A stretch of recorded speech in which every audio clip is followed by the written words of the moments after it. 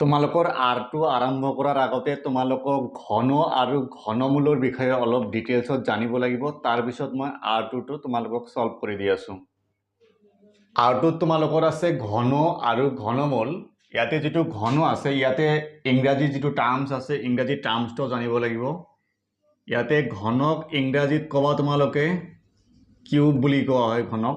আৰু তোমালোকৰ যেটো ঘনমূল আছে ঘনমূলক ইংৰাজীত কোৱা হয় কিউব ৰুট। ঠিক আছে, CUBE কিউব ৰুট বুলি কোৱা হয়। ঘনক কোৱা হয় কিউব আৰু ঘনমূলক কোৱা হয় কিউব ৰুট। ঠিক আছে, ইংৰাজী টাৰ্মছবিলাক মনত ৰাখিব লাগিব। এতিয়া তোমালোকক ঘনটো একচুয়ালি কি বস্তু হয়, কিউবটো কি বস্তু এইটো তোমালোকক জানিব লাগিব। মই এটা সংখ্যা লৈছো 2। মই যদি কওঁ তোমালোকক যে 2ৰ কিউব কিমান হ'ব, মানে 2ৰ ঘন কিমান হ'ব, এনেকৈ তোমালোকক লিখিব লাগিব 2 × 2 × 2।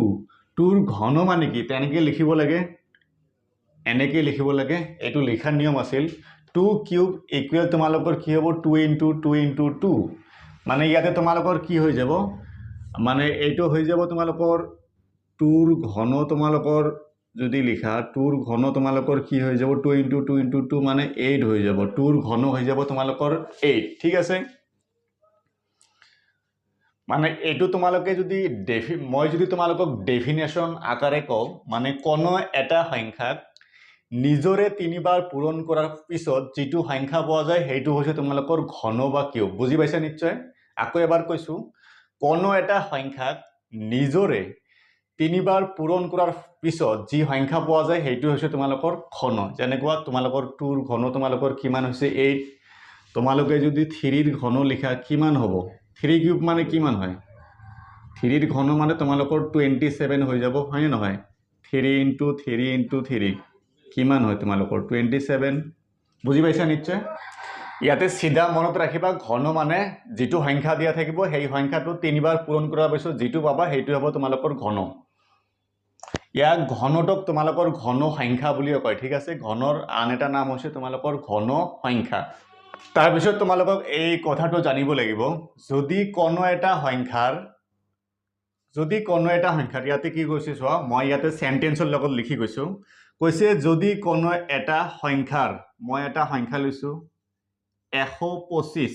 ঠিক আছে, যদি কোনো এটা সংখ্যাৰ মৌলিক উৎপাদক বিশ্লেষণত, ইয়াৰ আগতে পাই আহিছা মৌলিক উৎপাদক বিশ্লেষণ মানে কি, মৌলিক সংখ্যাৰে হৰণ কৰিব লাগিব। এইটোক যদি আমি মৌলিক সংখ্যাৰে হৰণ কৰো, আটাইতকৈ সৰু মৌলিক সংখ্যা কিমান আছিল 2, তাৰপিছত 3 আহিব, তাৰপিছত 5 আহিব, 7 আহিব, এনেকৈ গৈ থাকিব। প্ৰথমতে চাম 2ৰে হৰণ যায় নেকি, বুজি পাবা তোমালোকে অলপ চোৱা। 2ৰে নাযায়, 2ৰে নাগলে 3ৰে যাব নেকি, 5 1 আৰু 2 3 হয়, 3 5 8 হয়, 8ক 3ৰে নাযায় মানে কি সংখ্যাটোকো নাযাব। 5ৰে চোৱা যাব লাগে, লাষ্টত 5 আছে মানে কি এইটো 5ৰে হৰণ যাব।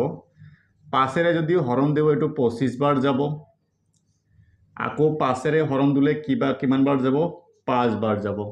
এতিয়া চোৱা, যদি কোনো এটা সংখ্যাৰ মৌলিক উৎপাদক বিশ্লেষণ আমি কৰিলো, প্ৰতিটো উৎপাদক 3বাৰকৈ আহে। ইয়াতে চোৱা এটা উৎপাদকে হয়, ইয়াতে 5 3বাৰ আহিছে না নাই, এবাৰ আহিছে, দুবাৰ আহিছে, 3বাৰ আহিছে। প্ৰতিটো উৎপাদক যদি 3বাৰকৈ আহে তেন্তে সংখ্যাটো পূৰ্ণ ঘন হ'ব। মানে এই যেটো 125 সংখ্যাটো আছে এই নাম্বাৰটো তোমালোকৰ কি হৈ যাব, পূৰ্ণ ঘন হৈ যাব। মানে উৎপাদক বিশ্লেষণ কৰাৰ পিছত, মৌলিক উৎপাদক বিশ্লেষণ কৰাৰ পিছত যদি এটা নাম্বাৰে 3বাৰ কৰি আহে সেই সংখ্যাটোক আমি কি বুলি কম, পূৰ্ণ ঘন বুলি কম। ইংৰাজীত ক'লে তোমালোকে ক'ব লাগিব এইটো পাৰফেক্ট কিউব বুলি কয়, ইংৰাজীত কয় পাৰফেক্ট কিউব। ঠিক আছে, পূৰ্ণ ঘনক ইংৰাজীত ক'ব পাৰফেক্ট কিউব। বুজি পাইছে না নাই কথাটো? মই আৰু এবাৰ কৈছো লাগিলে, মানে কোনো এটা সংখ্যাক যদি আমি মৌলিক উৎপাদক বিশ্লেষণ কৰো, মানে মৌলিক সংখ্যাৰে হৰণ কৰো, হৰণ কৰাৰ পিছত এটা নাম্বাৰে যদি 3বাৰকৈ আহে সেই সংখ্যাটোক আমি কি বুলি কম, পূৰ্ণ ঘন বুলি কম। ইয়াতে 5 5 5 আহিছে, ইয়াতে বেলেগ নাম্বাৰ আহিলেও হ'ব। ধৰা যিকোনো এটা সংখ্যা হৰণ কৰাৰ পিছত 2 আহিছে 2টা, তাৰপিছত তোমালোকৰ 2 আহিছে 3টা, 3 আহিছে 3টা, ইয়াৰে যিটো সংখ্যা হ'ব সেই সংখ্যাটো তোমালোকৰ কি হৈ যাব পূৰ্ণ ঘন হৈ যাব ঠিক আছে এইখিনি মনত ৰাখিবা আগলৈ অংক কৰোঁতে কামত আহিব তাৰপিছত এই চিহ্নটো তোমালোকে নিশ্চয় আগতে পাইছা এইটো হৈছে তোমালোকৰ ঘনমূলৰ চিহ্ন তোমালোকৰ এইটো কিউব ৰুটৰ চিহ্ন হয় ঠিক আছে এইটো চিহ্নটো মনত ৰাখিব লাগিব এতিয়া মই আৰটোৰ যিখিনি অংক আছে মই তোমালোকক সলভ কৰি দিছোঁ আৰটো আৰম্ভ কৰাৰ আগতে মই তোমালোকক এই কিউবৰ টেবিলটো দিছোঁ তোমালোকে এইটো স্ক্ৰীনশ্বট লৈ লিখি ৰাখিবা ঠিক আছে তোমালোকৰ অংক কৰোঁতে ইজি হ'ব ঠিক আছে শ্বৰ্টকাটত তোমালোকে অংক কৰিব পাৰিবা এইবিলাক তোমালোকে বহীত লিখি ল'বা নাইবা তোমালোকে এইটো প্ৰিণ্ট আউট কৰি ল'বা ঠিক আছে এতিয়া মই আৰটো আৰম্ভ কৰিছোঁ তোমালোকৰ আৰটোৰ প্ৰথম অংকটোত কৈছে 1 নম্বৰ তলৰ কণবোৰ সংখ্যা পূৰ্ণ ঘন নহয় ঠিক আছে প্ৰথমটো দিয়া আছে তোমালোকৰ 3757 সেকেন্ডটো দিয়া আছে 3375 থাৰ্ডটো দিয়া আছে 3332 আৰু লাষ্টটো দিয়া আছে 4096 মই এটা এটাকে সলভ কৰি দিছোঁ একেবাৰে ইজি হয় তোমালোকে চাই যোৱা এইবিলাক অংক সলভ কৰিবলৈ তোমালোকক এটা বস্তু মনত ৰাখিব লাগিব তোমালোকে এই নাম্বাৰ কেইটা চোৱা 8 1 8 আৰু 9 মানে যিটো সংখ্যা তোমালোকৰ দিয়া থাকিব যদি যোগ কৰাৰ পিছত এনসাৰ তোমালোকৰ 1 আহে বা 8 আহে বা 9 আহে এই সংখ্যা কেইটা যদি আহে তেতিয়া হলে তোমালোকৰ পূৰ্ণ ঘন হ'ব আৰু যদি এই তিনিটাৰ এটা নহয় তেতিয়া তোমালোকৰ কি হ'ব পূৰ্ণ ঘন নহব এইখিনি মনত ৰাখিলে তোমালোকৰ 1 নম্বৰটো সলভ হৈ যাব মই এটা কৰাই দিছোঁ তোমালোকে চাই যোৱা ইয়াতে চোৱা এইটো প্লাস কৰি দিয়া কিমান আছে 3 আছে তাৰপিছত 7 আছে 5 আছে প্লাস 7 আছে গটেইখিনি প্লাস কৰা তোমালোকৰ কিমান হ'ব 3 plus 7 10 5 plus 7 কিমান হৈ যাব 12 প্লাস কৰিলে তোমালোকৰ কি হ'ব 22 হ'ব তাৰপিছত আকৌ প্লাস কৰিব লাগিব মই কৈছোঁ কিয় প্লাস কৰিব লাগিব 2 plus 2 তোমালোকৰ কি আহিছে 4 আহিছে মই এইটো ডাইৰেক্ট ক'ব পাৰিম যে এইটো পূৰ্ণ ঘন নহ'ব মই কি কৈছিলোঁ মানে এনেকৈ প্লাস কৰি যোৱাৰ পিছত হয় 1 আহিব লাগিব ৰেজাল্ট হয় 8 আহিব লাগিব নহলে 9 আহিব যদি এই তিনিটাৰ যিকোনো এটা আহে তেতিয়া পূৰ্ণ ঘন হ'ব আৰু ইয়াৰ বাহিৰে যদি বেলেগ নাম্বাৰ আহে তেতিয়া কৈছিলোঁ কি পূৰ্ণ ঘন নহ'ব ইয়াতে চোৱা মানে এটা সংখ্যা নহলৈকে এটা অংক ৰেজাল্ট এনসাৰ নহলৈকে তোমালোকে অংকটো কৰি থাকিব লাগিব ইয়াতে মই এনেকৈ প্লাস কৰি কৈছোঁ তাৰপিছত তোমালোকৰ ইয়াতে কিমান আহিছে 22 আহিছে মই 22ক আকৌ প্লাস কৰিছোঁ প্লাস কৰাৰ পিছত কি আহিছে 4 আহিছে মানে এটা অংক নাহালৈকে তোমালোকক এটা সংখ্যা নাহালৈকে তোমালোকক কৰিয়ে থাকিব লাগিব অংকটো যদি ইয়াতে ধৰা দুটা নাম্বাৰ আহিল হয় 14 আহিল হয় বা তোমালোকৰ 10 আহিল হয় তেতিয়া হলে আৰু প্লাস কৰিব লাগিলে হতেন এটো তোমালোকৰ কি হ'ব পূৰ্ণ ঘন নহব সেকেন্ডটো কৰিলে তোমালোকে আৰু বুজি পাবা তোমালোকে এটো লাষ্টত এনেকৈ লিখি দিবা পূৰ্ণ ঘন নহয় এটো মই এতিয়া মই তোমালোকক সেকেন্ডটো কৰাই দিছোঁ তোমালোকৰ সেকেন্ডটো আছে 3375 মই কৈছিলোঁ কি একটা নাম্বাৰ মানে এটা নাম্বাৰ নপোৱালৈকে তোমালোকে যোগ কৰিয়ে থাকিবা এটো যোগ কৰা 3 plus 3 plus 7 plus 5 প্লাস কৰিলে কিমান হ'ব 3 plus 3 6 আৰু এটো কিমান হৈ যাব 12 প্লাস কৰিলে তোমালোকৰ কিমান হ'ব এটো 18 এতিয়া 18ক আকৌ প্লাস কৰিব লাগিব 8 plus 1 plus 8 তোমালোকৰ কি হৈ যাব 9 আহিব 9 থাকিলে মই কি কৈছিলোঁ মানে এনসাৰ যদি তোমালোকৰ 9 আহে যোগ কৰি কৰি যেতিয়া এটা নাম্বাৰ পাবা সেই নাম্বাৰটো যদি 1 8 বা 9 হয় হলে কি হ'ব তোমালোকৰ পূৰ্ণ ঘন হ'ব আমাক প্ৰশ্নত কৈছে পূৰ্ণ ঘন নহয় গতিকে সেকেন্ড নাম্বাৰটো কি হ'ব পূৰ্ণ ঘন হ'ব যেহেতু 9 আহিছে এতেকে লিখিবা পূৰ্ণ ঘন হ'ব এটো পূৰ্ণ ঘন হয় বা পূৰ্ণ ঘন হ'ব এনেকৈ লিখিবা সেকেন্ডটো বুজি পাইছা থাৰ্ডটো চোৱা থাৰ্ডটো তোমালোকে নিজে কৰিবা 3332 আছে মই লাষ্টৰ 4 নম্বৰটো কৰাই দিছোঁ 4096 4 নম্বৰত কৈছে 4096 প্লাস কৰি দিয়া 4 plus 0 plus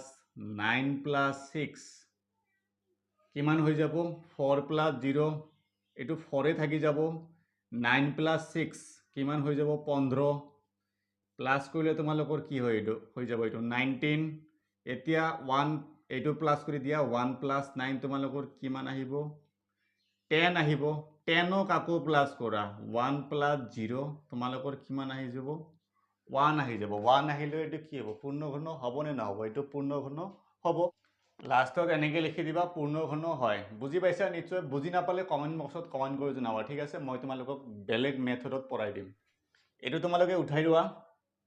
যিমানে প্ৰেক্টিছ কৰিবা তোমালোকে সিমানে শিকিবা।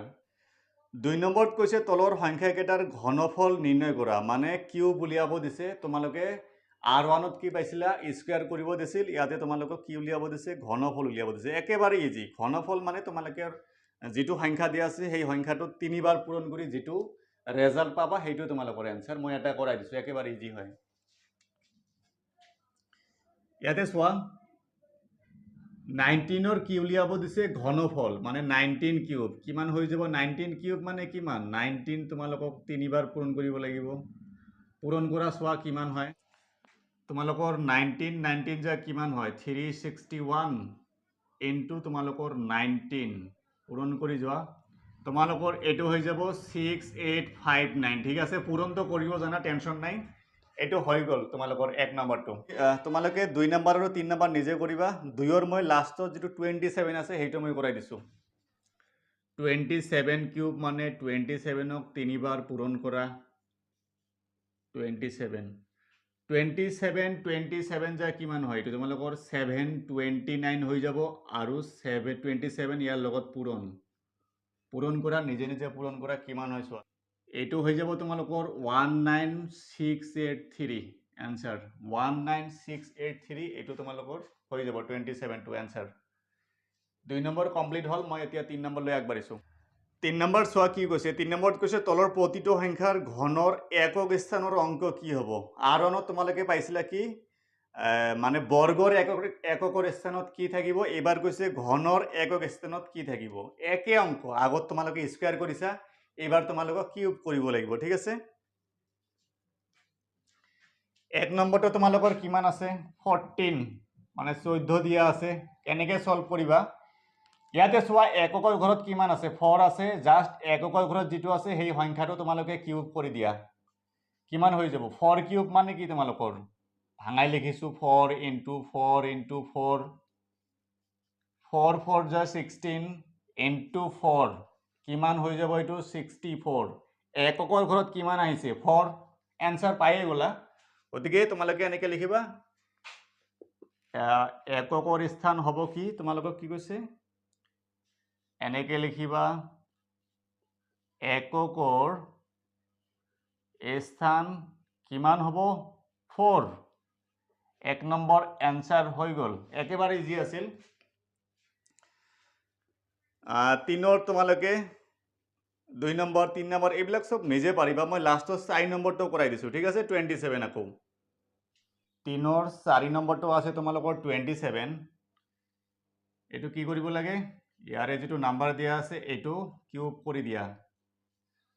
7 কিউব মানে কিমান হয়? তোমালোকৰ মুখস্থ কৰিব দিছিলোঁ, এইকেইটা মুখস্থ কৰিবা। মই ডাইৰেক্ট লিখিছোঁ 7 কিউব মানে হৈছে তোমালোকৰ 343। মুখস্থ থাকিলে তোমালোকে ডাইৰেক্ট ক'ব পাৰিবা মানে কিমানৰ কিউব কিমান হয়। এককৰ ঘৰত কিমান আছে? 3 আছে। এইটোৱে তোমালোকৰ এনসাৰ হৈ যাব। গতিকে ইয়াতে লিখিবা এককৰ স্থান কি হ'ব? এককৰ স্থান সমান সমান 3। এনসাৰ হৈ গ'ল। আজি R2ৰ তোমালোকৰ 3 নম্বৰলৈকে হ'ল আৰু কনচেপ্টটো মই তোমালোকক পঢ়াই দিলোঁ। নেক্সট ভিডিঅ'ত মই বাকী যিখিনি আছে সেইখিনি সলভ কৰি দিম, ঠিক আছে?